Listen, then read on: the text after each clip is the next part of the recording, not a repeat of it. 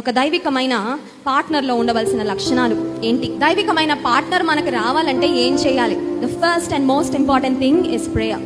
ఒక్క మాట నేను చెప్పగలను, ప్రియమైన యవన బిడ్డ, నీ జీవితంలో ఒక దైవికమైన పార్ట్నర్ నీకు కావాలంటే నువ్వు ఆయన సన్నిధిలో, దేవుని సన్నిధిలో వెళ్ళి ఎప్పుడైతే ప్రార్థన చేస్తావో, నువ్వు ఏది ఆశించావో ఖచ్చితంగా ఆయన దేవుడు నీకు అనుగ్రహిస్తాడు. పురుషునికి ఉండవలసింది ఏంటి అంటే ఒక మంచి పేరు. చాలా మంది అబ్బాయిల గురించి వాళ్ళ తల్లిదండ్రులే మంచి సాక్ష్యం చెప్పారు, వీడు చెడిపోయాడు బాబోయ్ అంటారు. పురుషునిలో ఉండాల్సింది ఏంటంటే ఒక మంచి పేరు. Man needs a name. నువ్వు వివాహం చేసుకునే అబ్బాయి గురించి, బాబోయ్ ఈయన ఎవరు పెళ్లి చేసుకుంటారు, వాళ్ళ జీవితం అయిపోయింది అన్న రిపోర్ట్ ఉన్న అబ్బాయి నువ్వు చేసుకున్నావంటే ఇంకా లైఫ్ అంతా రిగ్రెటే. సో పురుషునికి ఏముండాలి అంటే దైవికమైన వ్యక్తిగా ఉండాలి. He needs to be a trustworthy person.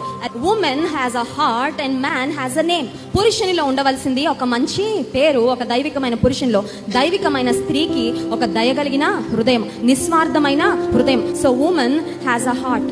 So స్త్రీలలో మీరు చూడాల్సింది బాహ్య సౌందర్యం మాత్రమే కాదు. తమ్ముళ్ళారా వింటున్నారా? బాహ్య సౌందర్యం మాత్రమే కాదు. Of course I'm not against beauty.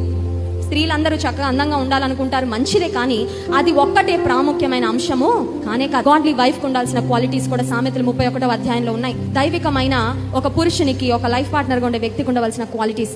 ఎద్దుంది, ఒకవైపు గాడిదుంది. దాన్ని ఏమంటారంటే అన్ఈక్వల్లీ యోక్డ్ అంటారు. గాడిదో స్పీడ్ లో వెళ్తుంది, ఎద్దో స్పీడ్ లో. దీని మైండ్ సెట్ ఒకటి, దాని మైండ్ సెట్ దీనికి దానికి మ్యాచింగ్ కుదరదు. సో దేవుని వాకున్నట్టు నీ జీవితం అంతా అలా గుంటలోంచి పై లాగడానికే సరిపోద్ది. మరి ఎలాంటి వారిని ఎంచుకోవాలి అంటే ఆధ్యాత్మిక జీవితము ఒక పందెపు రంగం.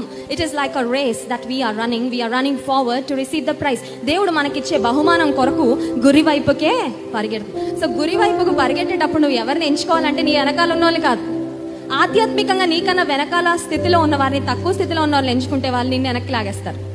Okay, so the best thing to do is నీకంటే ముందున్న వారు కానీ, ఇంకోటి నీతో పాటు ఎవరు ఆధ్యాత్మికంగా పరిగెడుతున్నారో వాళ్ళని ఎంచుకో. ఓకే, సో ఆధ్యాత్మికంగా దేవుని పట్ల నీకు దేవుడు అంటే ఎంత ప్రేమ ఉందో, ఎంత కమిట్మెంట్ ఉందో, అలాంటి కమిట్మెంట్ ఉండే వ్యక్తిని నువ్వు ఎంచుకుంటే you will surely be blessed and you will enjoy your life. నీ జీవితంలో నీకు ఇంకా స్ట్రగుల్ ఉండదు. ఇద్దరు కలిసి దేవుని కృపలో ముందుకి వెళ్ళచ్చు. సో ప్రాముఖ్యంగా కంపాటబిలిటీ ఏ విషయంలో ఉండాలి అంటే స్పిరిచువల్ లైఫ్ లో కంపాటబిలిటీ ఉండాలి. They should have the same passion as you have for the Lord. They should have the same love and commitment that you have for the Lord. So అవిశ్వాసులతో